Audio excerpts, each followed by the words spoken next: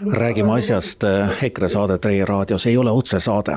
Täna reedel, umbes keskpäeval, on selle saate salvestus ja Martin Helme ja Mart Helme hakkavad tegema viimast Räägime asjast saadet Tre raadios. Tere tulemast kuulama raadiosaadet Räägime asjast. Räägime asjast viimast korda Tre raadio eetris. Tre raadiovõrk kuulus Siim Pohlakule, aga on olnud raskustes ja Pohlak müüs selle nüüd maha.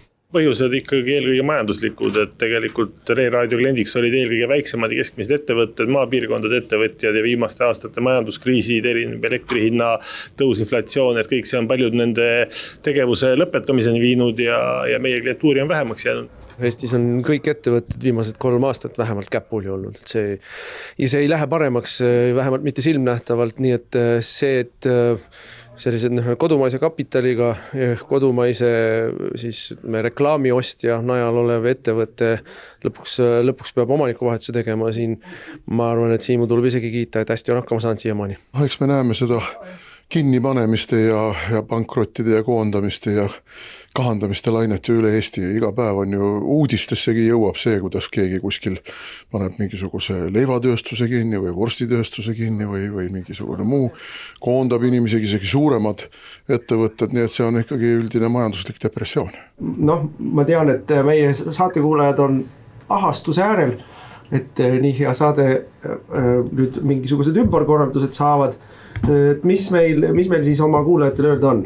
Konservatiivide rõõm ja liberaalide õudussaade Räägime asjast ära ei kao. See muutub podcastiks internetis ja kuna saadet edastati ka Ring FM'is ja Pereraadios, siis käivad läbirääkimised, et seal ikkagi saaks jätkata. Kuid suures osas Eestist raadios seda saadet enam ei kuule. Kas sellega koos võib väheneda ka kuulajaskond?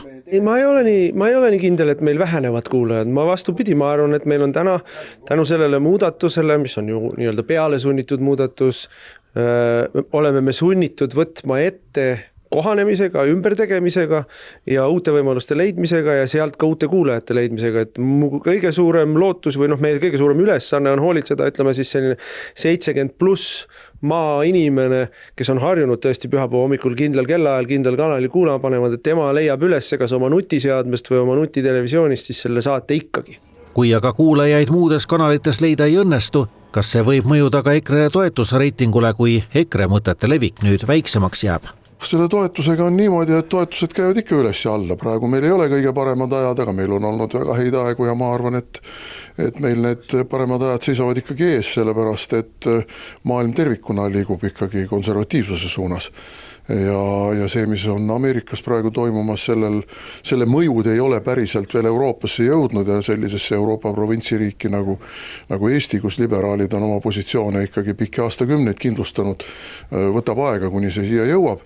Et ma arvan, et meie paremad päevad seisavad ees kuskil siin võib-olla aasta-2 pärast. Tre raadio raskused on toonud kaasa Siim Pohlakule maksuvõlad. Tema kinnituselt saavad need raadiomüügirahadega makstud. Üks ajend müügiks oligi ikkagi ju see, et ma saaks kõik oma asjad korda, et raadiotegevus ja raadioettevõtted on müüdud, reklaamifirmad, kus olid siis maksuvõlad, et need maksuvõlad saavad makstud ja kõik saab korda. EKRE otsib muid väljundeid ka teistele oma Tre raadios kõlanud saadetele, samuti tahaks Mart Helme jätkata kuskil oma muusika ja ajaloosaateid. Tre raadio uusomanik on seni välireklaami ning poodide siseraadiote ja ekraanidega tegelenud Nuvola Meedia. Raadiojaam saab uue nime ning muutub poliitikavabaks, kohalikke saateid ja uudiseid edastavaks raadiojaamaks.